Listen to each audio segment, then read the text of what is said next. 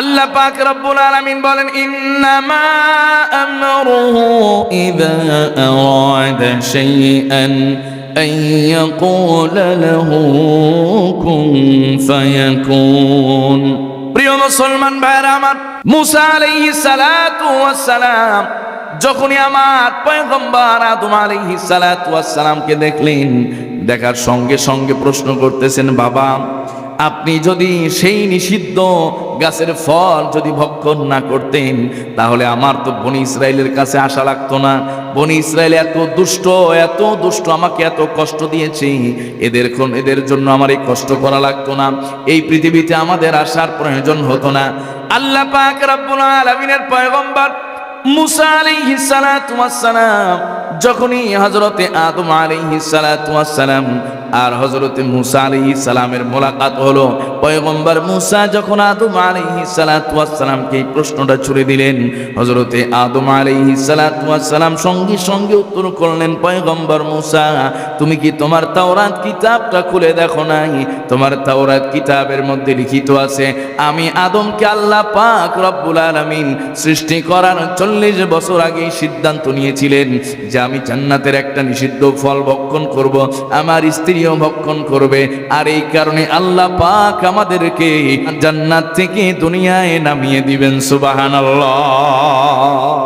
অধ্যকার গুজিরকোনা বাগে জান্নাত নুরানি হাফিজিয়া মাদ্রাসার উদ্যোগে আয়োজিত ঐতিহ্যবাহী আজকের ইসলামী মহাসম্মেলনে সম্মানিত সভাপতি, সম্মানিত প্রধান অতিথি, বিশেষ অতিথি, সম্মানিত হযরত উলামায়ে কেরাম, দিন দরদি প্রিয় মুসলিম ভাই ও বন্ধুগণ, পর্দার আড়ালে অবস্থানরত আমার মা এবং ভগ্নীগণ, আলোচনার শুরুতেই আপনাদের সকলকে নিয়ে ওই রব্বে কারীমের দরবারে প্রশংসা করছি, যেই রব্বে কারীম আমাদেরকে, আর নড়াচড়া করো না, যেই রব্বে কারীম আমাদেরকে তার অসংখ্য অগণিত বান্দাদের মধ্য থেকে নির্বাচিত করে, যাচাই বাছাই করে, মহাব্বত করে, ভালোবেসে আজকে পবিত্র কোরআনুল কারীমের এই মহতী জালসায় বসার মতো সুযোগ করে দিয়েছেন।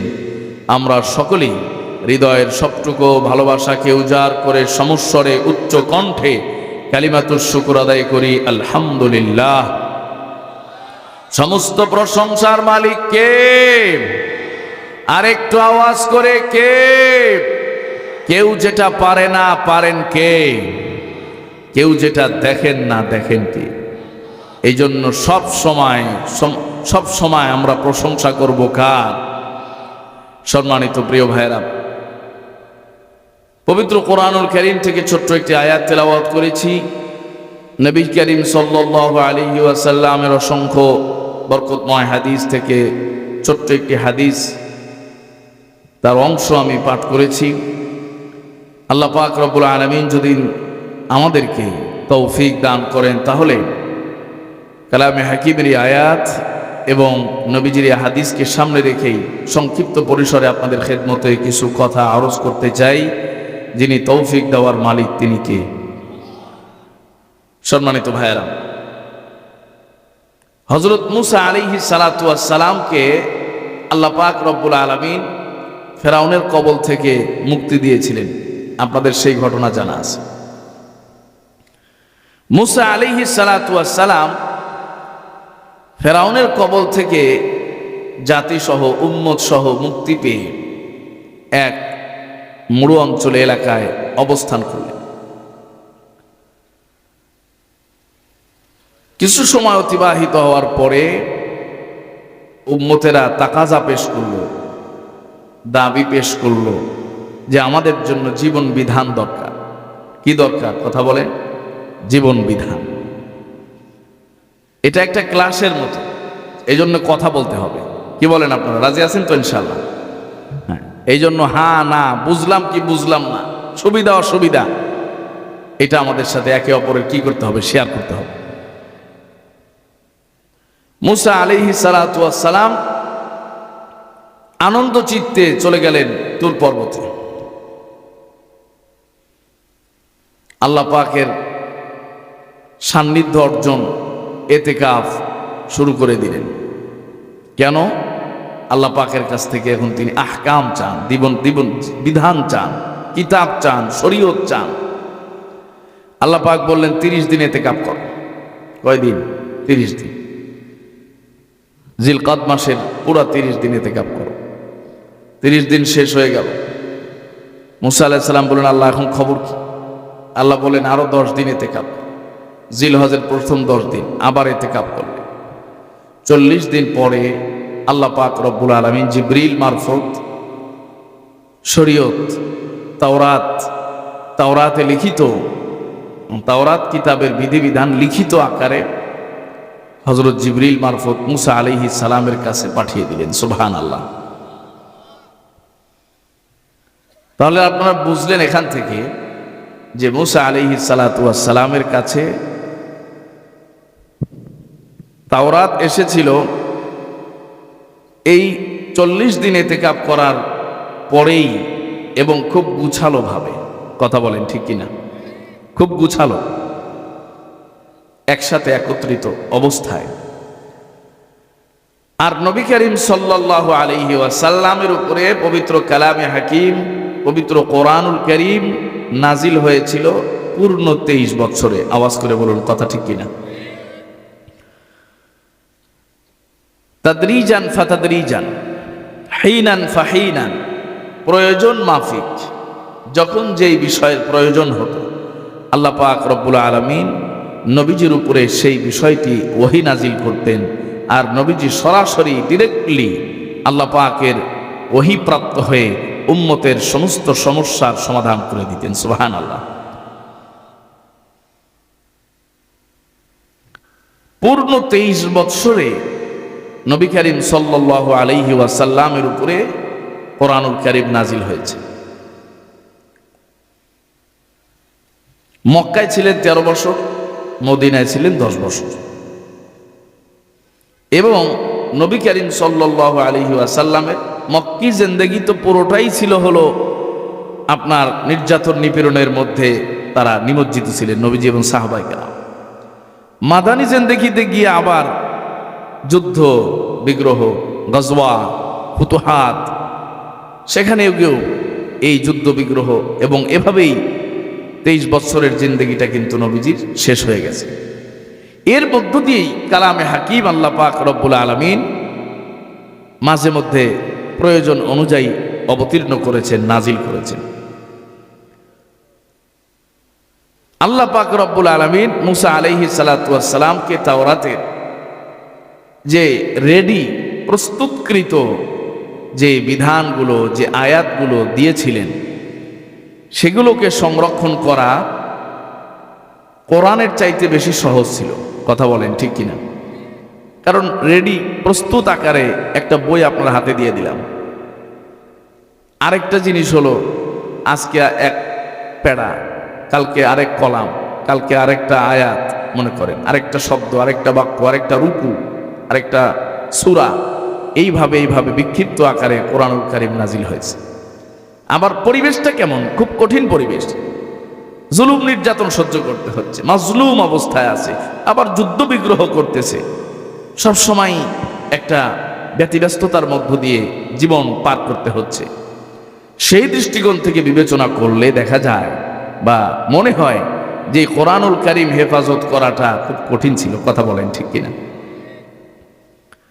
কিন্তু বর্তমান পৃথিবীর বাস্তবতা হলো, আজ 1450 বছর পরে যে কোরআনকে আল্লাহ পাক রব্বুল আলামিন এইভাবে এত লম্বা সময় নিয়ে, লেন্দি প্রসেস, এত লম্বা সময় নিয়ে তিনি নাজিল করলেন, সেই কালামে হাকিমের কপি নয়, শুধু হাজার হাজার জীবন্ত কপি এই বাংলার জমিনেও আছে। কথা বলুন ঠিক কিনা? আর যেই তাওরাত এত সুন্দর সহজলভ্য হয়ে হযরত মুসা পয়গম্বর আলাইহিস সালামের কাছে এসেছিল, তার একটি কপিও পৃথিবীতে অক্ষত নেই। কথা বলুন ঠিক কিনা? তাহলে কালামে হাকিমের শ্রেষ্ঠত্ব অন্যান্য কিতাবের উপরে কম না বেশি?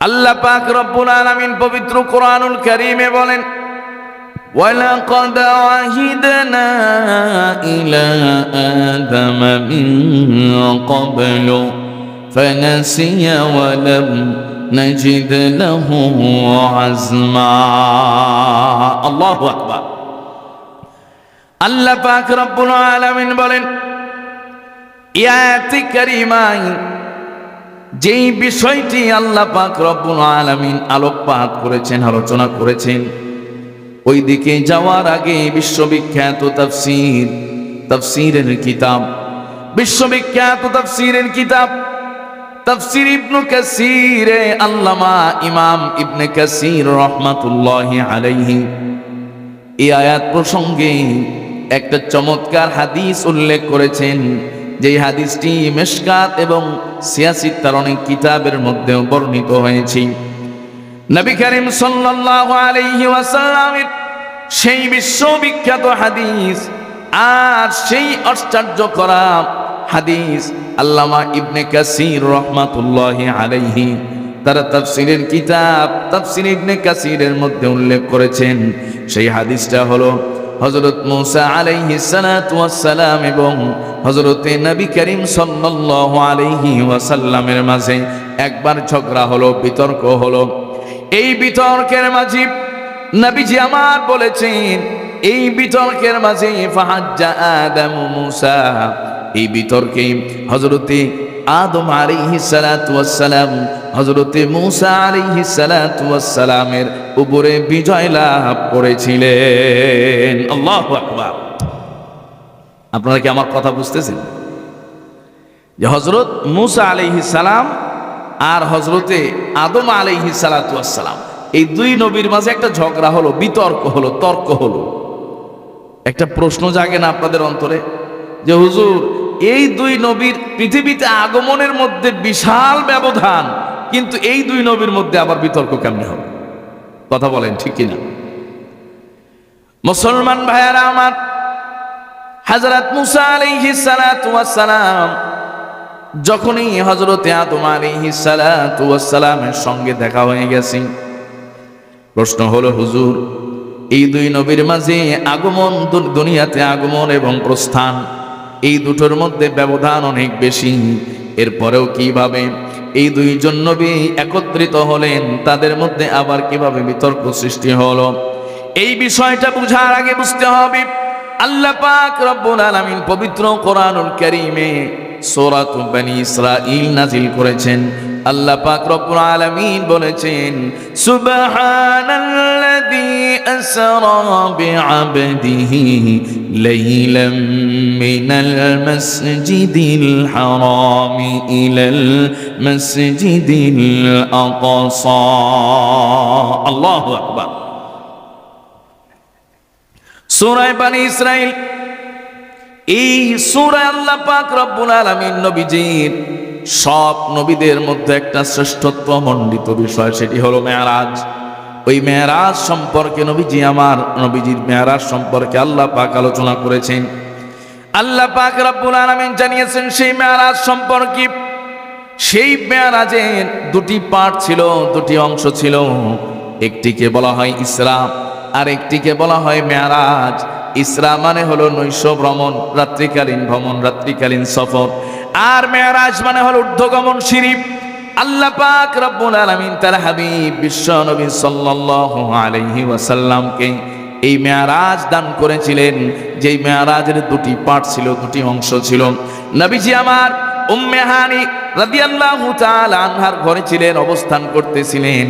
হযরত জিবরিল এসে বললেন, পয়গম্বর, এই মুহূর্তে আল্লাহ পাক রব্বুল আলামিন যানবাহন প্রেরণ করে আপনাকে আহ্বান করেছেন, দাওয়াত দিয়েছেন। স্বয়ং আল্লাহ পাক তার নিজে আরশে আপনাকে দাওয়াত করেছেন। সুবহানাল্লাহ।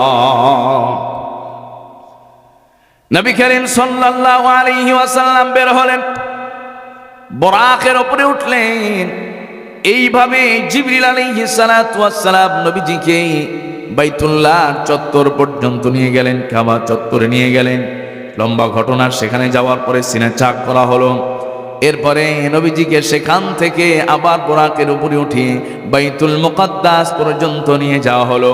এই পুরো সফরটাই হলো ইসরাফ। নবী করিম সাল্লাল্লাহু আলাইহি ওয়াসাল্লাম যখন বাইতুল মুকাদ্দাসে অবতরণ করলেন, যাওয়ার পরে এক আশ্চর্য রকমের দৃশ্য দেখতে পেলেন। নবীজি আমার দেখলেন এই বাইতুল মুকাদ্দাসে অসংখ্য অগণিত মানুষগুলো নবীজির জন্য অপেক্ষা করছে। সুবহানাল্লাহ। আল্লাহ পাক রব্বুল আলামিন বলেন, সুবহানাল্লাযী আসরা বিআবদিহি লাইলাম মিনাল মাসজিদিল হারামি ইলাল মাসজিদিল আকসা। আল্লাহ পাক রব্বুল আলামিন নবীজিকে যখন বাইতুল মুকাদ্দাসে পৌঁছে দিলেন, নবীজি আমার বাইতুল মুকাদ্দাসে অবতরণ করার পর এই গভীর রজনীতে এতগুলো মানুষ, সেই মানুষগুলো কারা? দুনিয়ার সাধারণ কোনো মানুষ নয়। 1.5 লক্ষ অথবা 2.25 লক্ষ যত পয়গম্বর আল্লাহ পাক রব্বুল আলামিন প্রেরণ করেছিলেন, সমস্ত নবীগণকে বাইতুল মুকাদ্দাসে যিনি উপস্থিত করেছেন তিনি কে? আরেকটু আওয়াজ করে বলুন, তিনি কে? নবী করিম সাল্লাল্লাহু আলাইহি ওয়াসাল্লাম বাইতুল মুকাদ্দাসে গেলেন। সব নবী রাসূলগণ নবীজির জন্য অপেক্ষা করছেন। হযরত জিবরিল আলাইহিস সালাতু ওয়াস সালাম নিয়ে গেলেন। সবাই কেমন যেমন ইমাম সাহেবের আসতে অনেক সময় দেরি হলে মুসল্লিরা দাঁড়িয়ে যায়। কথা বলুন ঠিক কিনা? ইমাম সাহেব আসতে দেরি হয়ে গেল, মুসল্লিরা দাঁড়িয়ে পেছনের কাতারের দিকে তাকিয়ে থাকেন না, আর খেয়াল করেন কখন ইমাম সাহেব প্রবেশ করবেন। ঠিক আমার রাসূল যখন প্রবেশ করলেন, সমস্ত আম্বিয়ায়ে কেরাম যেন অপেক্ষমান মুসল্লিদের মতো ছিল। মনে হচ্ছিল কেমন যেন নামাজের জন্য সবাই অপেক্ষা করছে। বিষয়টা আসলেই তাই। নবীজি আমার যাওয়ার পরে এইটা আজ করতে পারলেন, অনুমান করতে পারলেন। অনুমান করার পরে নবীজি সাল্লাল্লাহু আলাইহি সাল্লাম তিনি এক কাতারে দাঁড়াবেন চিন্তা করলেন। হযরত জিবরিল হাতটা ধরে সামনের দিকে নিয়ে গেলেন, এমনকি ইমামতির মুসল্লায় দাঁড় করিয়ে দেন। আল্লাহু আকবার। এজন্যই নবীজি সাল্লাল্লাহু আলাইহি ওয়াসাল্লাম ইমামুল আম্বিয়া ওয়াল মুরসালিন। আওয়াজ করে বলুন, কথা ঠিক কিনা? বাইতুল মুকাদ্দাসে গিয়া দেখা হলো কাদের সাথে? সব আম্বিয়া কেরামের সাথে। এখন কথা হলো যে আল্লাহ এক রাত্রে এট এ টাইম একসাথে সমস্ত আম্বিয়া কেরামকে একত্রিত করতে পারেন এক মসজিদে, সেই আল্লাহ কি হযরত মুসার নবীজির সঙ্গে আলাইহিস সালাম নবীজির সঙ্গে দুইজনকে মোলাকাত করায় দিতে পারেন না? কথা বলেন। অবশ্যই সেই মোলাকাত আল্লাহ চাইলে রূহের জগতে করিয়েছে, অথবা আল্লাহ তার মর্জি মোতাবেক কোথাও এই মোলাকাত করিয়ে দিয়েছে। কথা বলুন ঠিক কিনা? যে আল্লাহ স্বয়ং সমস্ত আম্বিয়া কেরামকে বাইতুল মুকাদ্দাসে একসাথে এট এ টাইম উপস্থিত করলেন, নামাজ পড়ার সুযোগ করে দিলেন, নামাজ পড়াইলেন, সেই আল্লাহ মাত্র 2 জন নবীর মধ্যে মোলাকাত করাবেন, সাক্ষাৎ করাবেন। এর জন্য কি লাকড়ি পোড়াইতে হবে, তেল খরচ করতে হবে, কাঠ পোড়াইতে হবে, এত মেহনত করতে হবে? কথা বলেন। কোশ্চিন কালেও নয়। সম্মানিত ভাইয়েরা, তো মুসা আলাইহিস সালাতু ওয়াস সালাম আর নবীজি সাল্লাল্লাহু আলাইহি ওয়াসাল্লামের মাঝে একবার সাক্ষাৎ হলো। তাহলে সেই সাক্ষাৎটা পসিবল কিনা, সম্ভব কিনা, এটাই আপনাদেরকে একটু বুঝাইতে চাইলাম। যে আল্লাহ পাক রব্বুল আলামিন এই সব আম্বিয়ায়ে কেরামকে একত্রিত করেছেন, সেই আল্লাহ তিনি তার ইচ্ছা মাফিক এই 2 নবীকেও একত্রিত করেছেন, মোলাকাত করার সুযোগ করে দিয়েছেন। আর আপনারা জানেন নবীজি সাল্লাল্লাহু আলাইহি সাল্লাম যখন মেরাজে গিয়েছিলেন, এই 7 আসমানে যত নবী রাসূলগণ ছিলেন সব নবী রাসূলদের সাথে তিনি সাক্ষাৎ করে এসেছিলেন। কথা বলেন ঠিক কিনা? প্রিয় মুসলমান ভাইয়েরা আমার, এই জন্য বাইতুল মুকাদ্দাস ইমানদারদের জন্য একটা প্রাণের জায়গা, ইমানদারদের জন্য একটা দুর্বল জায়গা। কারণ এই বাইতুল মুকাদ্দাস সেই বাইতুল মুকাদ্দাসে আমার রাসূল নিজে ইমামতি করে সব নবীদেরকে আম্বিয়াদেরকে নামাজ আদায় করিয়েছিলেন। ঠিক কিনা? এই জন্য মুসলমানেরা ফিলিস্তিন এবং মসজিদুল আকসার প্রতি দুর্বল। ওখানে যদি মসজিদুল আকসা যদি নির্যাতিত হয়, আক্রান্ত হয়, পুরা পৃথিবীর সমস্ত মুসলমানেরা এটাকে বরদাস্ত করতে পারে না। কথা বলুন ঠিক কিনা? অনেকে আমাদেরকে বলে যে হুজুর কোথায় ফিলিস্তিন, কোথায় মসজিদ আকসা? আপনারা বাংলাদেশে বসে এত বয়ান করেন, এত মিছিল মিটিং করেন, এত প্রতিবাদ করেন, আসলে এরা জানে না যে মুসলমানদের ইমানের সাথে ওতপ্রোতভাবে এই বাইতুল মসজিদুল আকসা জড়িত। কথা বলুন ঠিক কিনা? সম্মানিত ভাইয়েরা, মসজিদুল আকসা বাইতুল্লাহ শরীফের 40 বছর পরে নির্মিত হয়েছে। পৃথিবীর প্রথম ঘর এবং প্রথম মসজিদ হলো বাইতুল্লাহ। এর 40 বছর পরে মসজিদুল আকসাকে আল্লাহ পাক রব্বুল আলামিন হযরত আদম আলাইহিস সালাতু ওয়াস সালাম দ্বারা নির্মাণ করিয়েছিলেন। নবী করিম সাল্লাল্লাহু আলাইহি ওয়াসাল্লাম শুধু কি 2 রাকাত নামাজ এখানে পড়া একখান্ত নয়, বরং নবীজির উপরে যখন নামাজ ফরজ হলো, নামাজ ফরজ হওয়ার পরে নবীজিকে আদেশ করা হলো আপনি বাইতুল মুকাদ্দাসের দিকে চেহারা করে নামাজ আদায় করবেন। আওয়াজ করে পড়ুন সুবহানাল্লাহ। তাহলে বাইতুল মুকাদ্দাসের সাথে আমাদের সম্পর্ক কি আজকের নাকি বহুত পুরানা? বহুত পুরানা। প্রিয় মুসলমান ভাইয়েরা আমার, নবী করিম সাল্লাল্লাহু আলাইহি ওয়াসাল্লাম যখন মক্কা থেকে মদিনায় হিজরত করলেন, মদিনায় হিজরত করে যাওয়ার পরে মক্কায় যখন নবীজি আমার অবস্থান করতেছিলেন, মক্কা থাকাকালীন সময় নামাজ ফরজ হয়ে গেছে। আল্লাহ পাক রব্বুল আলামিন আদেশ করেছেন, নবী হে আপনি বাইতুল মুকাদ্দাসের দিকে মুখ ফিরিয়ে নামাজ পড়বেন। নবীজি আমার হাদিস শরীফের মধ্যে বলেছেন, আমি শুধুমাত্র বাইতুল মুকাদ্দাসের দিকে ফিরে নয়, বরং আমি একই সাথে 2 কিবলা, একই সাথে আমি বাইতুল্লাহকে সামনে রেখে এমন ভাবে দাঁড়াতাম যেন আমার সামনে বাইতুল্লাহ থাকে, আবার সাথে সাথে বাইতুল মুকাদ্দাসের দিকটাও যেন পেয়ে যায়। আল্লাহু আকবার। নবীজি বলতে যে আমি 2 কাবাকে সামনে রেখে নামাজ আদায় করতাম। আওয়াজ করে পড়েন সুবহানাল্লাহ। একটা হলো আমার পূর্বপুরুষ হযরত ইব্রাহিম আলাইহিস সালামের কাবা, আরেকটা হল আল্লাহ নির্দেশিত কাবা, যেই কাবার দিকে নির্দেশ করে আল্লাহ নামাজ আদায় করতে বলেছেন। আওয়াজ করে পড়েন সুবহানাল্লাহ। নবী করিম সাল্লাল্লাহু আলাইহি ওয়াসাল্লাম এভাবে মক্কায় 2 কাবাকে সামনে রেখে নামাজ আদায় করছিলেন। যখন হিজরত করলেন, হিজরত করে যখন মদিনায় চলে গেলেন, মদিনায় যাওয়ার পরে ভৌগোলিক কারণে মদিনা থেকে সরাসরি একই সঙ্গে বাইতুল্লাহ এবং বাইতুল মুকাদ্দাস এই 2টি কাবার দিকে দিক করে নামাজ আদায় করা সম্ভব হচ্ছিল না। এই কারণে আমার রাসূলের অন্তরের মধ্যে বাইতুল্লাহর মহাব্বত থাকার কারণে, বাইতুল্লাহর প্রতি অগাধ ভালোবাসা থাকার কারণে নবীজি সাল্লাল্লাহু আলাইহি সাল্লাম মনের মধ্যে এক ব্যথা, ব্যাকুলতা আর অস্থিরতা নিয়ে 16 থেকে 17 মাস পর্যন্ত নামাজ আদায় করলেন।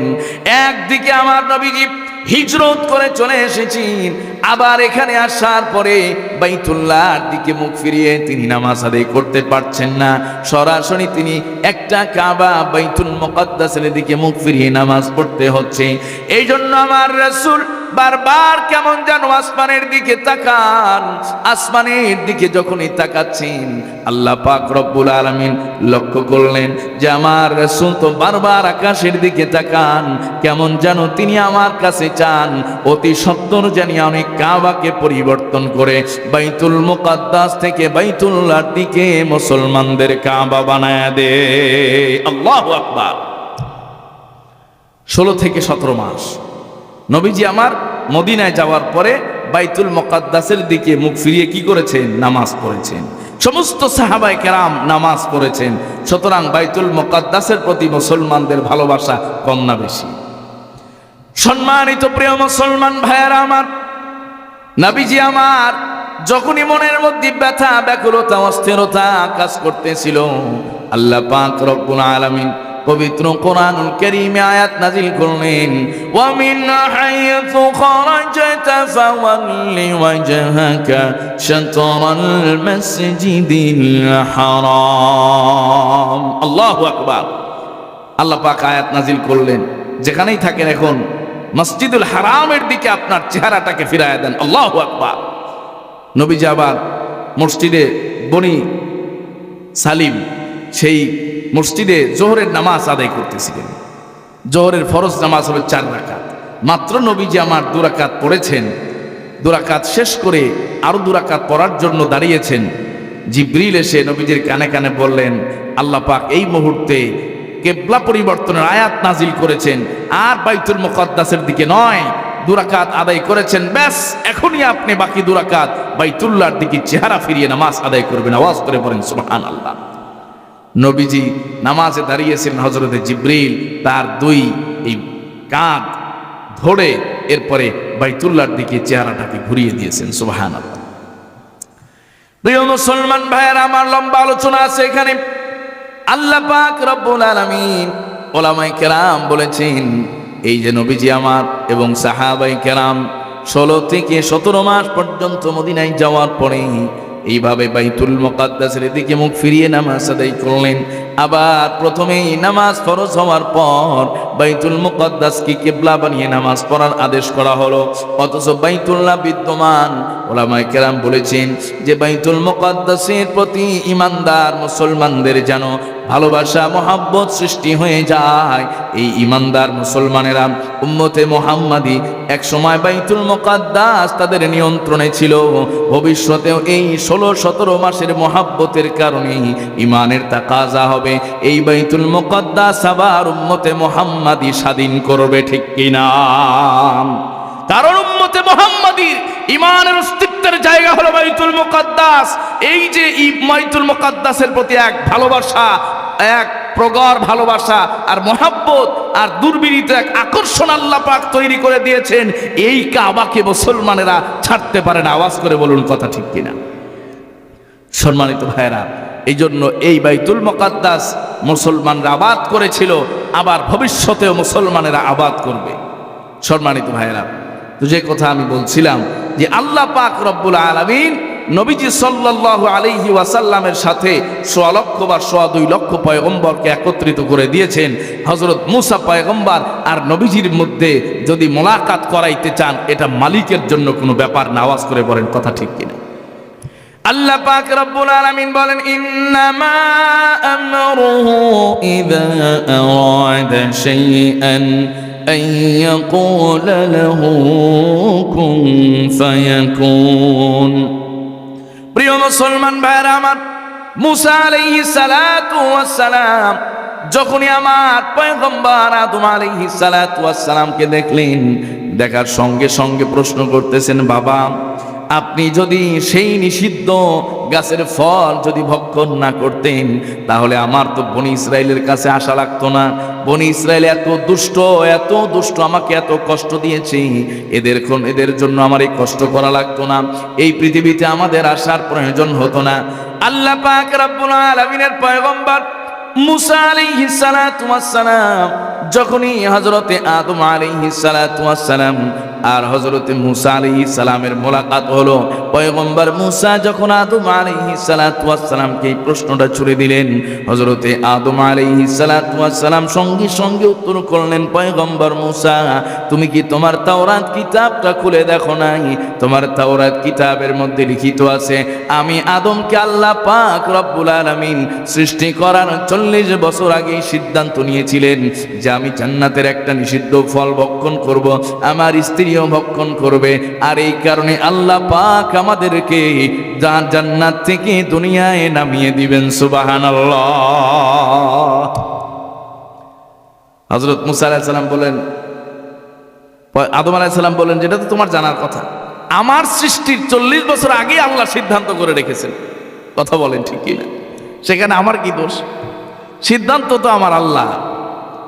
আল্লাহ পাক রব্বুল আলামিন বলেন, ওয়া ইয ক্বালা রাব্বুকা লিল মালাইকাতি ইন্নী জাঈলুন ফিল আরদি খলিফা ক্বালু আতাজআলু ফিহা মান ইউফসিদু ফিহা ওয়া ইয়াসফিকু الدماء ونحن نسبح بحمدك ونقدس لك قال إني أعلم ما لا تعلمون।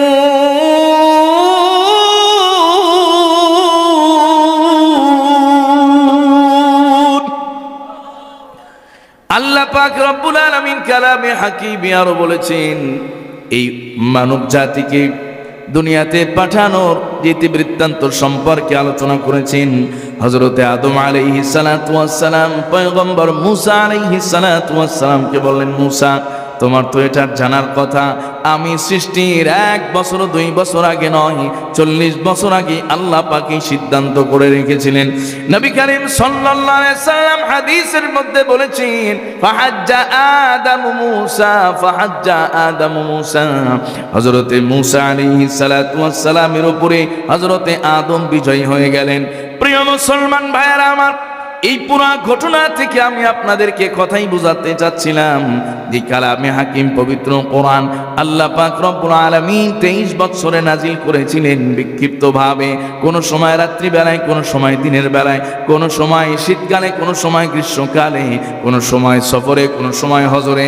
এরপরেও আল্লাহ পাক রব্বুল আলামিন কালামে হাকিমকে হেফাজত করেছেন এমন ভাবে এই পুরা পৃথিবীতে নয়, শুধুমাত্র বাংলাদেশে যদি আপনি একটু চোখ বুলান, এই যে মাত্র কয়েকদিন আগে, মাত্র 3 থেকে 4 দিন আগের খবর, বাংলাদেশের হাফেজ আনাস পুরা পৃথিবীর সব রাষ্ট্রগুলো থেকে যে সমস্ত হাফেজে কোরআনগুলো এসেছিল কম্পিটিশনে, পুরা পৃথিবীর সব রাষ্ট্রগুলোকে পেছনে ফেলে বাংলাদেশের পতাকাকে 1 নাম্বার করেছে, ঠিক কিনা?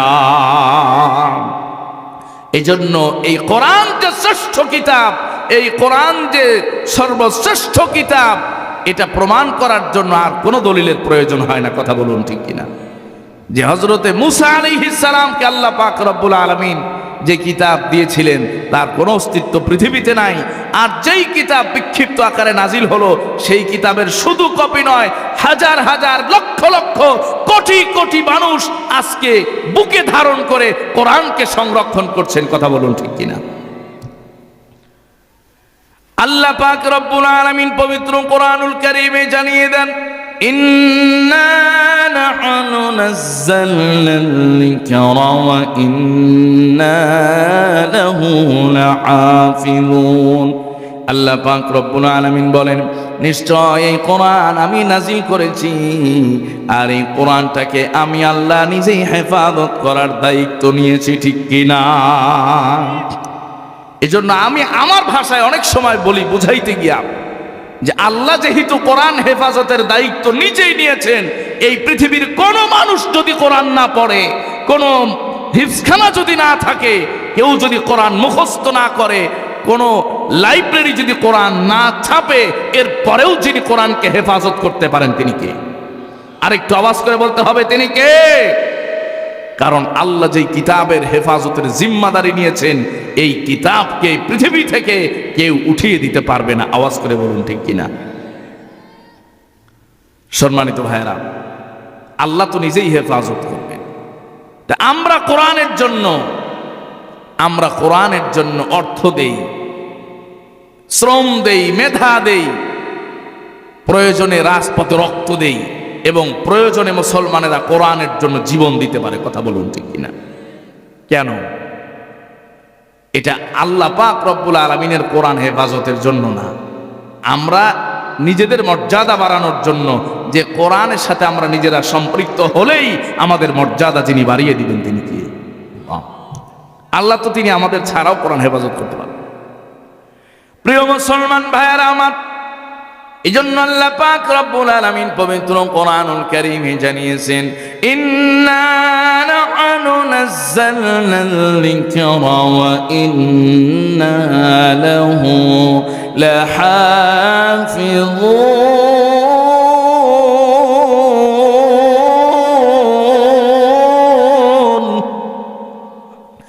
আল্লাহ পাক রব্বুল আলামিন বলছেন, এই কোরআন আমি নাজিল করেছি, আর এই কোরআনটাকে আমি আল্লাহ নিজেই হেফাজত করব। এই কোরআন নিজে আল্লাহ পাক রব্বুল আলামিন হেফাজত করবেন। শুধুমাত্র আমরা ওসিলা, কেবলমাত্র আমরা মাধ্যম। এই কোরআনের সঙ্গে আমরা যদি নিজেরা কোনোভাবে সম্পৃক্ত থাকতে পারি, তাহলে দুনিয়া আখেরাতে আমাদের যিনি ইজ্জত বাড়িয়ে দিবেন তিনি কে? আল্লাহ পাক রব্বুল আলামিন কেমন চমৎকার নিজাম! এই কোরআনের সাথে যারা দুনিয়াতেও সম্পর্ক রাখে, শুধুমাত্র মানুষ নয়, এই কোরআনের সাথে সম্পৃক্ত সব কিছুই দুনিয়ার জমিন থেকে, দুনিয়ার অন্যান্য বস্তু থেকে, দুনিয়ার জমিনের অন্যান্য বস্তু থেকে কেমন যেন স্পেশাল হয়ে যায়। এই পৃথিবীতে কত দামি দামি কাগজ আছে, এই পৃথিবীতে কত দামি দামি কাগজ আছে, কিন্তু সামান্য একটা কাগজ দিয়ে কোরআনুল কারীম ছাপা হয়। কত বই, কত কিছু মানুষ ছিঁড়ে ছিঁড়ে ঝালমুড়ি বিক্রি করে, কথা বলেন ঠিক কিনা? কত পৃষ্ঠা, কত কিতাব, কত বই, কত খাতা ছিঁড়ে ছিঁড়ে ঝালমুড়ি বিক্রি করে, কোনো মূল্য নাই। মানুষের পায়ের নিচে পড়ে থাকে, রাস্তায় পড়ে থাকে, পথে ঘাটে অনেক কাগজ পড়ে থাকে, কিন্তু পবিত্র কোরআনুল কারীম যেই ছাপাখানা থেকে সামান্য নগণ্য কাগজ দ্বারা ছাপা হয়, ওই কোরআনের একটা কপি কিন্তু পৃথিবীর কোথাও রাস্তাঘাটে খুঁজে পাওয়া যায় না, ঠিক কিনা? এজন্য আমি অনেক সময় বোঝানোর জন্য বলি, একটা নগণ্য কাগজ যদি কোরআনের সঙ্গে সম্পৃক্ত হয়ে যাওয়ার কারণে, একটা সামান্য কাগজ যদি কোরআনের সাথে লেগে যাওয়ার কারণে এই কাগজটা যদি অন্যান্য সব কাগজের চাইতে দামি হয়ে যায়, তাহলে গোলাম তুমি যদি কালামে হাকিমের সাথে মহাব্বত করো, তৈরি করো, তুমি যদি কোরআনের সঙ্গে সম্পর্ক তৈরি করো, তুমি যদি কোরআনওয়ালাদের সাথে সম্পর্ক তৈরি করো, তুমি যদি কোরআনের মাদ্রাসা, কোরআনের প্রতিষ্ঠানের সাথে যদি তুমি সম্পর্ক করো, তুমি তো এত কম দামি বস্তু নয়, তুমি তো এত সাধারণ কোনো বস্তু নয়, তুমি তো হলো আশরাফুল মাখলুকাত, ইনসান। আল্লাহ পাক তোমাকে সম্মানিত করে সৃষ্টি করেছেন, তাহলে এই মানুষের, এই ইনসানের মর্যাদা সবার চাইতে যিনি বাড়িয়ে দিবেন তিনি কে? আর একটু আওয়াজ করে বলুন, তিনি কে? এভাবে আপনি যদি লক্ষ্য করেন, কাগজ দিয়ে উদাহরণ দিলাম, আপনি যদি আবার লক্ষ্য করেন যে রেহানের উপরে আমরা কোরআনটা রেখে রেখে পড়ি, এই যে দেখুন কত দামি চেয়ার, কত দামি খাট পালং আমরা ব্যবহার করি, অনেক সময় নষ্ট হয়ে গেলে আমরা বিভিন্ন জায়গায় ছুঁড়ে ফেলে দেই, কিন্তু কালামে হাকিম রাখার জন্য যে রেহানটা তৈরি করা হয় একদম সর্বনিম্ন মানের কাঠ দিয়া, ওই কাঠটা কোরআনের সঙ্গে লেগে যাওয়ার কারণে কোন পাঠক যখন কোরআনুল কারীম তেলাওয়াত করে, ওই তেলাওয়াতকালীন যদি ওই রেহালটার সঙ্গে পা লেগে যায়, কোরআনের সঙ্গে কিন্তু লাগে নাই, মাত্র রেহালের সঙ্গে লেগে গেছে, এরপরে ওই রেহালটার সঙ্গে এত বেশি সম্মান প্রদর্শন করে, স্বয়ং রেহালটাকে চুমু খাওয়া আরম্ভ করে দেয়, ঠিক কিনা? আল্লাহ পাক রব্বুল আলামিন কালামে হাকিমে ডাক দিয়া বলেন, لو أنزلنا هذا القرآن على جبل لرأيته خاشعا متصدعا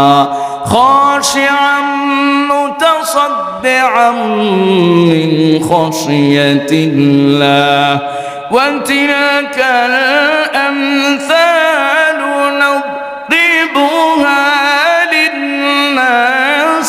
لعلهم يتفكرون। আল্লাহ পাক রব্বুল আলামিন কালামে হাকিমি এই আয়াতের মধ্যে জানিয়েছেন, তাফসীরে মাজহারি আল্লামা সানাউল্লাহ পানিপতি রাহমাতুল্লাহি আলাইহি লম্বা ঘটনা লিখেছেন, লম্বা তাফসীর করেছেন। মুসলমান ভাইয়েরা আমার, তিনি তাফসীর করতে গিয়া বলেন, আল্লাহ পাক রব্বুল আলামিন এই কালামে হাকিম পবিত্র কোরআনুল কারীম কি যখন দুনিয়ায় অবতরণ করবেন, নাজিল করবেন, ওই সময় মানুষকে দেওয়ার আগে, মানুষের উপরে নাজিল করার আগে আল্লাহ পাক রব্বুল আলামিনের বড় বড় সৃষ্টি যা আছে, বড় বড় সৃষ্টি যেগুলো আছে, এই সব বড় বড় সৃষ্টিগুলোকে আল্লাহ পাক রব্বুল আলামিন ওয়াফার করেছিলেন। সুবহানাল্লাহ। মানুষের আকৃতি প্রকৃতি অত্যন্ত নগণ্য, ছোট। একটা গরু যদি জবাই করা হয়, গোস্ত হয়ে যায় 10 মণ, 20 মণ, 15 মণ, 8 মণ, 6 মণ, আছে না নাই? একটা মানুষ যদি আপনি ওজন করেন, কয় কেজি ওজন হয়? তাহলে একটা গরুর, একটা সাধারণ প্রাণী, এই প্রাণীর ওজনও মানুষ ধারণ করতে পারে না, কথা বলুন ঠিক কিনা? প্রাণীর ওজনের কাছেও যেতে পারে না, এত নগণ্য মানুষ। আল্লাহ পাক রব্বুল আলামিন এই মানুষকে কোরআন দেওয়ার আগে আল্লাহ পাক রব্বুল আলামিন পাহাড়কে অফার করেছিলেন, পাহাড় আমি তোমার উপরে কোরআন নাজিল করতে চাই, কারণ তুমি তো আমার সৃষ্টিকুলের মধ্যে একটা বড় সৃষ্টি এবং একটা শক্তিশালী সৃষ্টি। কথা বলুন ঠিক কিনা? এই যে আপনাদের এখানেই তো পাহাড় আছে, তাই না? কত বড় পাহাড়, পাহাড়ের পাশ দিয়ে আমরা রাস্তা দিয়ে আসতেছিলাম, কত কিলোমিটার জুড়ে শুধু পাহাড় আর পাহাড়। এর চেয়ে অসংখ্য বড় বড় পাহাড় আছে। কথা বলুন ঠিক কিনা? কালামে হাকিম আল্লাহ পাক রব্বুল আলামিন বলেছেন ওয়াল জিবালা আওতাদা, এই পাহাড়কে আল্লাহ পাক রব্বুল আলামিন প্যারাক হিসাবে, কিলক হিসাবে স্থাপন করে দিয়েছেন। আল্লাহু আকবার।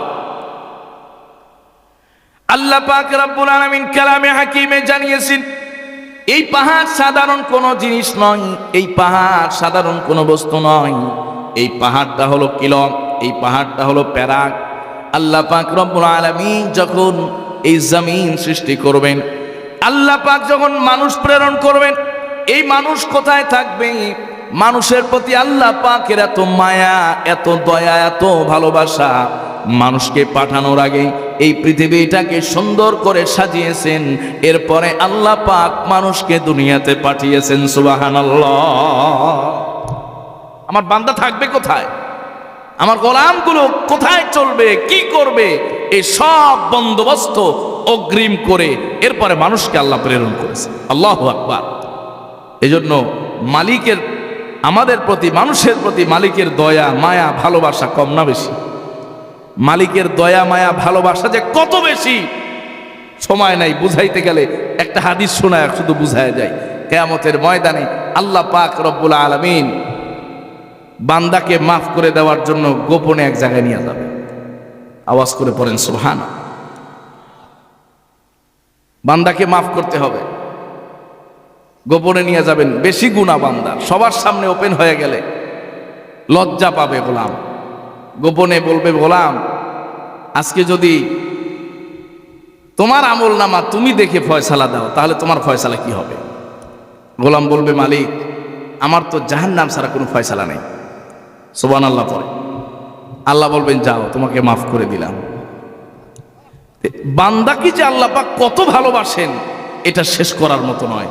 আমরা প্রতিটা শ্বাসে শ্বাসে, প্রতিটা নিঃশ্বাসের সাথে বান্দার দয়া, আল্লাহর দয়া, মায়া, মহব্বত আর ভালোবাসা জড়িত। কথা বলুন ঠিক কিনা?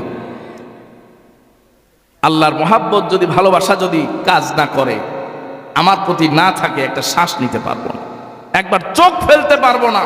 এরপরে গোলাম তুমি কিভাবে সেই মালিকের নাফরমানি করো? কথা বলেন ঠিক কিনা? আল্লাহ পাক রব্বুল আলামিন দুনিয়াটাকে সাজাবেন। এই মাটি কিন্তু ছিল না, এই দুনিয়াতে ছিল কেবল মাত্র পানি। পুরা পৃথিবীতে অথই জল। এই অথই জলরাশিতে গোলাম কিভাবে থাকবে, বান্দিগুলো কিভাবে থাকবে? আল্লাহ পাক রব্বুল আলামিন সিদ্ধান্ত নিলেন এই পানির মধ্যে আমি মাটি সৃষ্টি করব। ওই মাটি হবে, জমিন হবে, ওই জমিনে ফসল হবে, ওই জমিনের মধ্যে আমার বান্দা বান্দিরা থাকবে। ওখান থেকে ফসল উৎপাদন করে খেয়ে তারা জীবন যাপন করবে। সুবহানাল্লাহ। আর শুধু পানি থাকলে মাছ পাওয়া যেত, ভাত পাওয়া যেত। কথা বলেন। আল্লাহ পাক রব্বুল আলামিন এই পুরা পৃথিবীর অথই জলরাশি, এই অথই পানি আর জলরাশির মধ্যে কিভাবে মাটি সৃষ্টি করবেন কিতাবের মধ্যে এসেছি। ঠিক বাইতুল্লাহ শরীফ যেখানে অবস্থিত, এই বাইতুল্লাহ শরীফের জায়গাটা হলো পৃথিবীর নাভিস্থল, একদম মধ্যভাগ।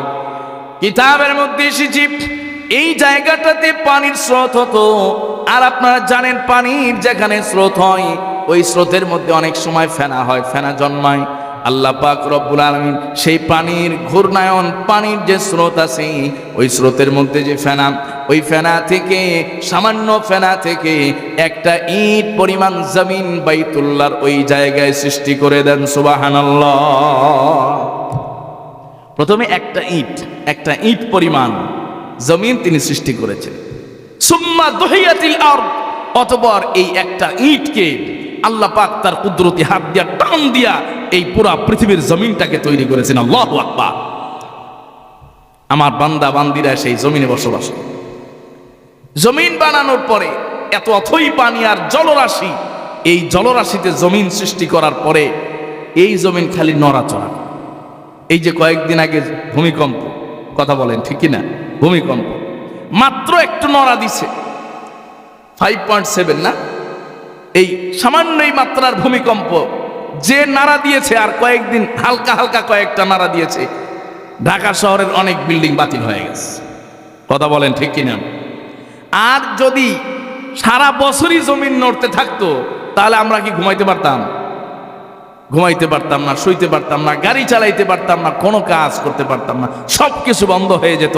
মালিকের বড় দয়া, মালিক দেখলেন আমার গোলামদের বড় কষ্ট হবে, এই জমিন যে নড়াচড়া করতেছে নড়াচড়া বন্ধ করে দিতে হবে। এই বন্ধ করার জন্যই আল্লাহ পাক জায়গায় জায়গায় বিশাল বিশাল পাহাড় সৃষ্টি করেছেন। আল্লাহু আকবার। এই পাহাড় দিয়া জমিনটাকে একদম গেঁথে দিয়েছেন, আর জমিন নড়াচড়া করতে পারে না। তাহলে পাহাড়ের শক্তি কম না বেশি?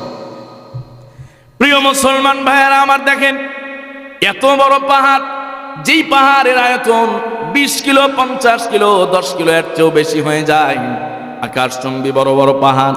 আল্লাহ পাক রব্বুল আলামিন যখন সেই পাহাড়কে অফার করলেন, রে পাহাড়, আমি তোমার উপরে আমার আমানত নাজিল করতে চাই, দিতে চাই, তুমি গ্রহণ করবা কিনা? আল্লাহ পাক রব্বুল আলামিনের অফার পাওয়ার পরে পাহাড় বলে, মালিক, যদি আপনার আমানত আমি পাহাড়ের উপরে দিয়ে দেন, তাহলে পাহাড়টা পাহাড় থাকবে না, ধুনা তোলার মতো পাহাড়টা উড়ে যাবে। আল্লাহু আকবার।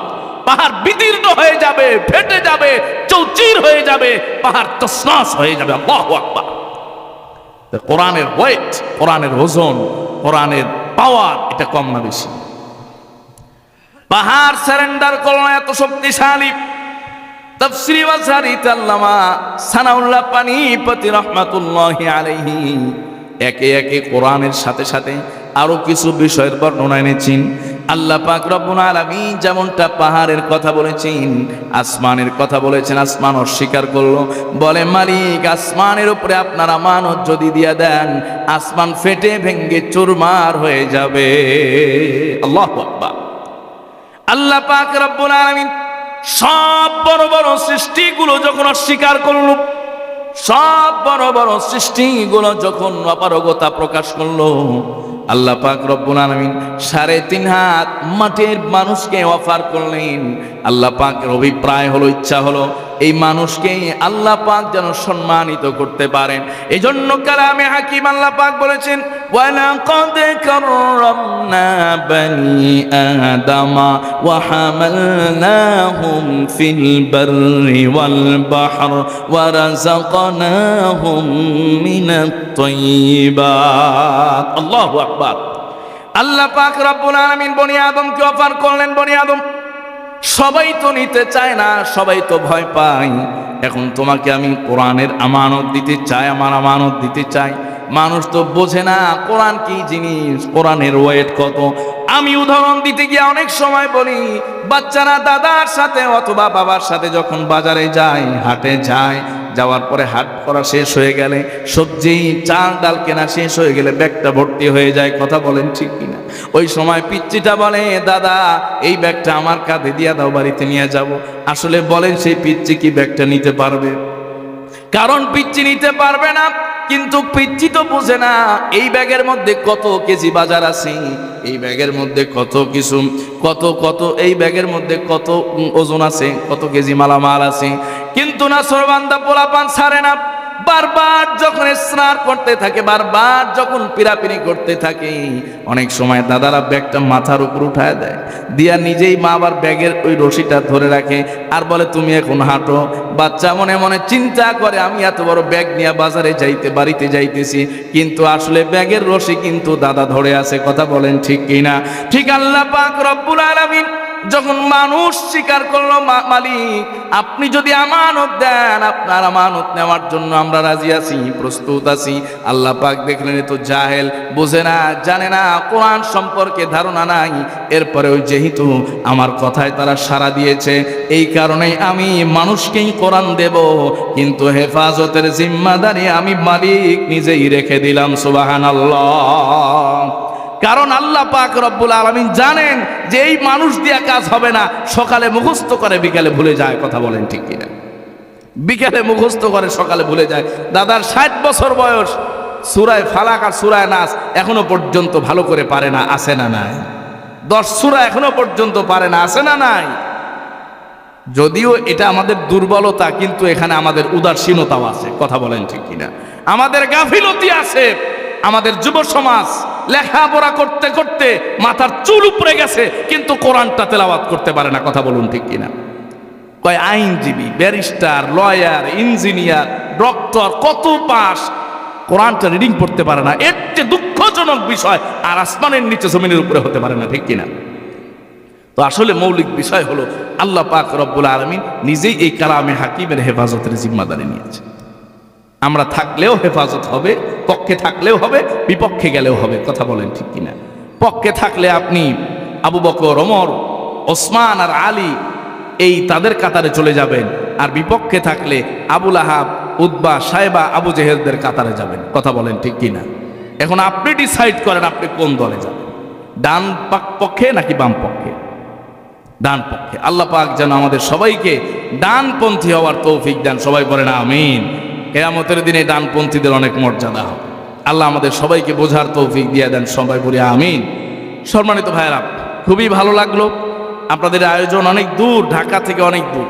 এরপর আল্লাহ পাকের মেহেরবানি আশপাশে অনেক জায়গায় আসা হয়। বিশেষ করে আমার এই অল্প বয়সের শিক্ষকতার জীবনে, প্রথম শিক্ষকতার জীবনের কিছু ছাত্র, কিছু ছেলে পেলে, আলহামদুলিল্লাহ আল্লাহ পাক তাদেরকে কবুল করেছেন, যোগ্য বানিয়েছেন। তারা এই এলাকায় বিভিন্ন জায়গায়, মসজিদ, মাদ্রাসা, ময়মনসিংহে, সারা দেশেই আছে। আলহামদুলিল্লাহ তারা কোরআন হাদিসের খেদমত করছে। তোর মধ্যে এখানে আপনাদের মাদ্রাসার যিনি প্রিন্সিপাল, হাফেজ মাওলানা মুফতি নূর হুসাইন দামাত বারাকাতুহুম, সেও আমি এই নগণ্য গোলামের ছাত্র। আল্লাহ পাক রব্বুল আলামিন তাকেও যোগ্য বানিয়েছেন, কবুল করেছেন, আপনাদের খেদমতে আছে। আল্লাহ পাক যেন তাকে কবুল করেন। সবাই পড়ি আমিন। আমি তাকে খুব কাছ থেকে দেখেছি। মাশাআল্লাহ, যোগ্যতা, স্বচ্ছতা, চারিত্রিক, আদর্শিক গুণাবলী যদি এখানে সে অবস্থান করতে পারে, একটা সময় এই মাদ্রাসা দাঁড়িয়ে যাবে ইনশাআল্লাহ। একটা কলার গাছকেও এক জায়গায় দীর্ঘদিন রাখলে সেটারও একটা রেজাল্ট পাওয়া যায়। কথা বলেন ঠিক কিনা? এই জন্য মানুষকে কাজের সুযোগ দিতে হয়। তার ভেতরে থাকা যে সুপ্ত প্রতিভা, ওইটাকে বিকশিত করার সুযোগ দিতে হয়। সুযোগ দিলেই আস্তে আস্তে করে সে নিজের মতো করে গড়ার চেষ্টা করে। আপনার সংসারটা একদিনেই এত বড় হয় নাই, আপনি বিয়ের পরে 2 দিন পরে এত বড় সংসার হয় নাই। কথা বলেন ঠিক কিনা? 30 বছর সংসার করার পরে আপনার ছেলে, মেয়ে, নাতি, নাতনি, জায়গা জমি, গরু, বাছুর, অনেক কিছু আছে। কথা বলেন ঠিক কিনা? আর বিয়ের 2 দিন পরে যদি কোন এখন আমার পুরো পৃথিবী হয়ে যাবে, এটা বোকামি ছাড়া আর কিছু না। এই জন্য আমার বিশ্বাস, ওর যে প্রতিভা আছে, ওর যে যোগ্যতা আছে, আল্লাহ পাক যে যোগ্যতা দিয়েছেন, প্রতিভা দিয়েছেন, এটা যদি সে কাজে লাগানোর সুযোগ পায় আর আপনাদের সহযোগিতা পায়, আল্লাহ পাক যদি খুশি থাকেন, রাজি থাকেন, ওর সাথে আরো যে সহকর্মীগুলো আছেন তাদের সাথেও আমার পরিচয় হয়েছে এখানে এসে। মাশাআল্লাহ, অত্যন্ত ভালো লেগেছে। যদি তারা সুযোগ পায়, একটা ব্যাস এখানে থাকে, একটু সময় পেলে এই মাদ্রাসাটাকে সুন্দর একটা পরিবেশ, পড়াশোনার একটা মান তারা তৈরি করতে পারবে, এটা আমার বিশ্বাস। আল্লাহ তাআলা যেন সেই তৌফিক তাদেরকে দান করেন। সবাই পড়ি আমিন। আল্লাহ পাক যেন আপনাদেরকেও কোরআনের নিসবতে, কোরআনের জন্য কবুল করেন। সবাই পড়ি আমিন।